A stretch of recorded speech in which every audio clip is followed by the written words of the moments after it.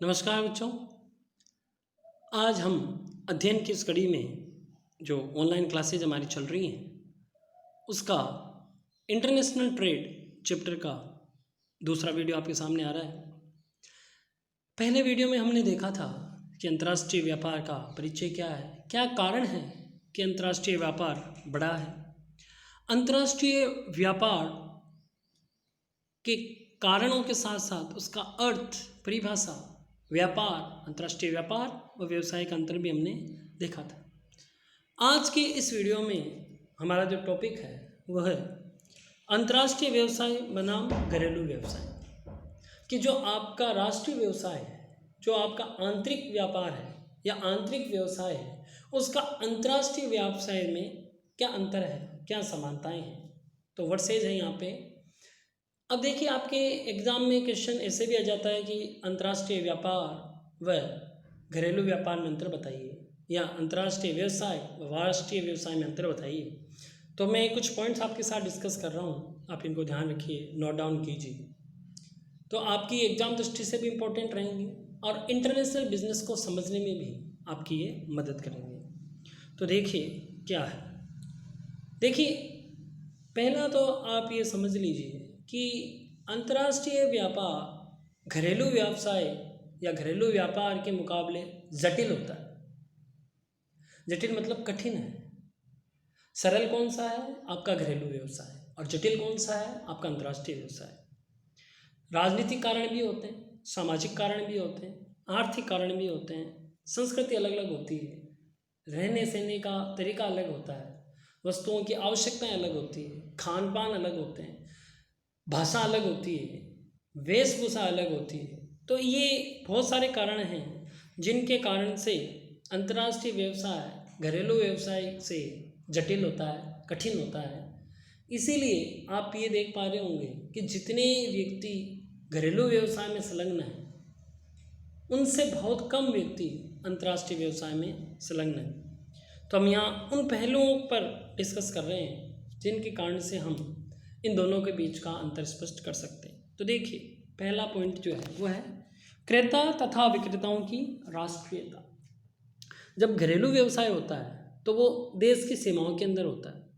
उसमें जो क्रेता होता है, जो खरीदने वाला है वो भी इंडियन होता है, जो बेचने वाला है वो भी इंडियन होता है, या एक ही देश के नागरिक होते हैं, एक दूसरे के परिचित होते हैं, एक दूसरे तक पहुंच आसान होती है।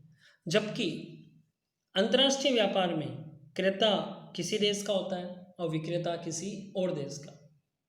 जब एक ही देश के क्रेता विक्रेताओं या घरेलू व्यापार होता है तो नियमों में समझने में तकलीफ नहीं होती। लेकिन जब अंतर्राष्ट्रीय व्यापार होता है तो व्यापार करने के तरीकों में अंतर होता है, भाषा में अंतर होता है। हम देख रहे हैं भारत में अगर हम व्यवसाय कर रहे हैं तो हिंदी और मोस्टली इंग्लिश में ही हमारा ट्रेड हो जाता है, हम समझ पाते हैं, हम बोल पाते हैं और हमारा ट्रेड हो जाता है।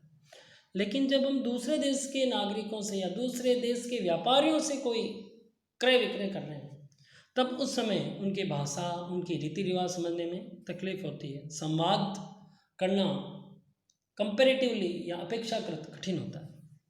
दूसरी जो अंतर का बिंदु है वह अन्य हितार्थियों की राष्ट्रीयता। देखिए, जब व्यापार होता है तो उसमें कई पक्ष जुड़ते हैं, कई हितधारी होते हैं, केवल क्रेता विक्रेता नहीं होता।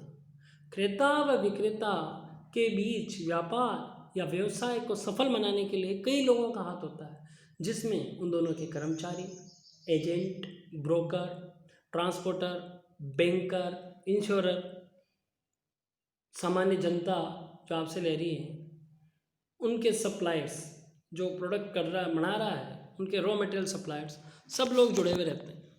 अब घरेलू व्यवसाय में तो ज़्यादातर हितधारी आपके ही देश के होते हैं, तो उनके बीच सामंजस्य आपको बैठाना आसान होता है। लेकिन जब अंतर्राष्ट्रीय व्यापार चल रहा होता है तो इन हितधारियों के बीच भी सामंजस्य बिठाना एक अपेक्षाकृत कठिन मामला होता है। तीसरा आपका पॉइंट है उत्पादन के साधनों में गतिशीलता। देखिए, फर्स्ट ईयर में हमने बिजनेस इकोनॉमिक्स में, इवन 12th में भी आपने पढ़ा होगा कि किसी भी वस्तु के उत्पादन में 4 प्रमुख कारक होते हैं जिनमें भूमि, पूंजी, श्रम और साहस इंक्लूड है। इसमें से भूमि एक ऐसा साधन है जिसमें गतिशीलता नहीं होती, जिसको आप मूव नहीं कर सकते। बाकी तीनों पूंजी, श्रम और साहस में गतिशीलता होती है। लेकिन इन तीन साधनों में जो गतिशीलता जो देश के भीतर पाई जाती है, जितनी फ्रीक्वेंसी आप देश के भीतर कर सकते हो, बाहर दूसरे देशों के साथ वो मुश्किल होता है। जैसे आपको कलकत्ता जाना है तो आप इजीली जा सकते हो, लेकिन अगर आपको बैंकॉक जाना है तो आपको पासपोर्ट की ज़रूरत होगी, आपको वीज़ा भी लेना होगा, वहाँ की करेंसी क्या है, वहाँ के सिस्टम क्या है, वो आपको सीखने होंगे। तो जो नागरिक देश में उपलब्ध हैं वो शायद विदेश में आपके लिए उपलब्ध ना हो पाए। पूंजी की जब हम बात करें तो एक देश से जब दूसरे देश में आप पैसा लगाते हैं तो वहाँ पे अंतर्राष्ट्रीय जो इंटरनेशनल जो लेन देन हो रहा है उसमें दोनों देशों के नियम लागू होते हैं। कई तरह की हमको अनुमति की ज़रूरत होती है जो साधारणतः हमें हमारे देश में निवेश करने में नहीं होती। साहस का प्रकार अलग है। जितना आप अपने देश में जोखिम उठा सकते हो उतना जोखिम आप दूसरे देश में जाके नहीं उठा सकते हो। इसलिए जो उत्पादन के साधन हैं भूमि को छोड़ के, जो बाकी तीनों अन्य प्रमुख कारक हैं, उनकी गतिशीलता में अंतर्राष्ट्रीय व्यापार में तथा देशीय व्यापार में अंतर होता है। वर्तमान समय में जब कोरोना जैसी महामारी बीमारी चल रही है, बहुत सारे देशों ने दूसरे देशों से अपने परिवहन के साधन बंद कर रखे हैं, तो इस स्थिति में तो इनकी गतिशीलता लगभग शून्य या नगण्य हो जाती है। तो भारत में या एक देश के भीतर जितनी गतिशीलता रहेगी वो दूसरे देशों में नहीं रह पाती। अलग अलग कारण भी होते हैं उसके, सामाजिक भी होता है, सांस्कृतिक भी होता है। नेक्स्ट पॉइंट है विदेशी बाजारों में ग्राहक। देखिए ये पॉइंट बार बार आएगा कि जो कल्चरल इश्यू है, जो आपका ट्रेडिशंस हैं वो डिफरेंट है। आपके यहाँ संडे को छुट्टी हो रही है, हम मॉडर्न कंट्रीज में जाएं जो मुस्लिम देश हैं वहाँ पे फ्राइडे को छुट्टी हो रही है। तो अलग अलग देशों में जो तरीके वो अलग है। आप भारत में जो ड्राइवर सीट होती है वो राइट हैंड साइड में होती है, कई दूसरे देशों में वो बाईं साइड में होती है। तो अमेरिका में आप बाईं साइड हैं, भारत में आप दाईं साइड हैं, तो वो एडजस्टमेंट बिठाना भी मुश्किल होता है। तो ये जो चीज़ें चल रही हैं ये चल रही हैं क्योंकि आपकी संस्कृति उनकी संस्कृति से अलग है। आपका खान पान, आपके उत्सव, आपके सामाजिक सरोकार, तो जो हम देखते हैं दीपावली पे जो रौनक आपको भारतीय बाजारों में मिलेगी वो क्रिसमस होने पे आपको यूरोपियन कंट्रीज़ में मिलेगी, वो ईद होने पे आपको जो मुस्लिम बहुल्य देश है उसमें मिलेगी। तो ये अलग अलग चीज़ें हैं, अलग अलग कारण हैं ये, जिनके कारण से ये सब हो रहा है। अब हम आगे कारण पढ़ते हैं तो उसमें कुछ राजनीतिक कारण भी शामिल हैं। उन राजनीतिक कारणों पर अगर हम गौर करें तो सबसे पहला कारण है मित्र देश। देखिए अंतर्राष्ट्रीय परिस्थितियां जो बन रही हैं, उन अंतर्राष्ट्रीय परिस्थितियों में हम देखते हैं कि पाकिस्तान के साथ हमारे जो संबंध हैं वो बनते व बिगड़ते रहते हैं, और इन बनते बिगड़ते रहने के कारण से ही हम कभी उनके मित्र देश हो जाते हैं, कभी हम उनके शत्रु देश हो जाते हैं, कभी हमारा व्यापार उनसे बढ़ जाता है, कई बार हम व्यापार कर देते हैं। तो ये राजनीतिक कारण भी होते हैं। नेक्स्ट पॉइंट आपका व्यावसायिक पद्धतियों आचरणों में अंतर। देखिए आपके यहाँ पे रूल्स रेगुलेशन अलग हैं, दूसरे देशों में रूल्स एंड रेगुलेशन अलग है, वर्किंग टाइम अलग है, वर्किंग कल्चर अलग है। तो जो चीज़ें आप अपने देश में रह के कर सकते हो, दूसरे देश में जाने पे आपको उन्हीं के अनुरूप उस चीज़ को ढालना होता है, तो वो भी एक परिवर्तन होता है। राजनीतिक जोखिमों पे मैंने बात की। राजनीतिक जोखिम में हम एक बात और भी कर सकते हैं जो आप इस नेक्स्ट पॉइंट पे भी देख रहे हैं कि व्यवसाय के नियम एवं नीतियाँ।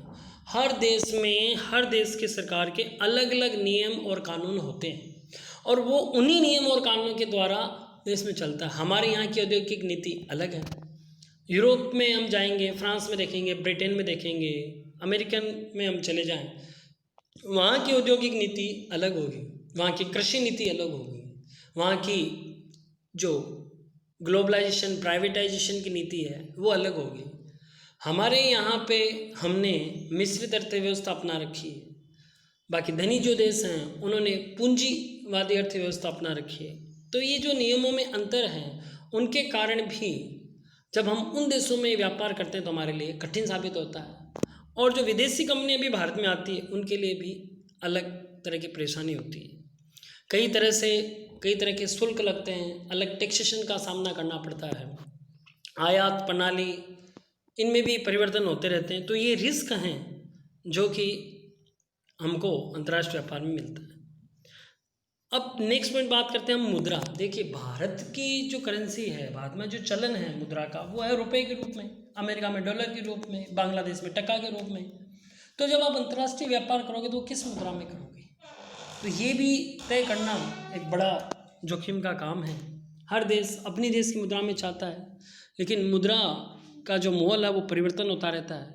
डॉलर में हम अंतर्राष्ट्रीय व्यापार का मूल्य निर्धारण करते हैं, तो ये जो मुद्रा में जो फ्लक्चुएशन होता है, ऊपर नीचे जो मुद्राएं होती है एक देश के रूप में, ये भी एक बड़ा रिस्क है। तो आज हमने देखा इस वीडियो में कि अंतर्राष्ट्रीय व्यापार व घरेलू व्यापार में क्या अंतर है। तो सबसे बड़ा जो अंतर है वो है सांस्कृतिक अंतर, सामाजिक रूप में अंतर होता है, आर्थिक स्थिति में अंतर है, भौगोलिक स्थिति के कारण भी अंतर्राष्ट्रीय व्यापार में समस्याएं आती है, उत्पादन के साधनों में गतिशीलता नहीं रहती, नीतियों नियमों में अंतर होता है, राजनीतिक समीकरण अलग अलग हो जाते हैं।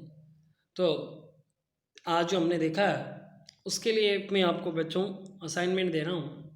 आपको ये करना है, आपको आइडेंटिफाई करने हैं कि वो कौन से 2 मित्र देश हैं जिनसे हमारा अच्छा संबंध है, जिनसे हम व्यापार बढ़ाने के लिए उत्सुक हैं, और वो कौन से देश हैं जिनसे हम व्यापार को कम करने के इच्छुक हैं, उनसे हम आयात करने के कम इच्छुक हैं, और इसके पीछे के क्या कारण हैं। तो आप अपना असाइनमेंट तैयार कीजिए। धन्यवाद।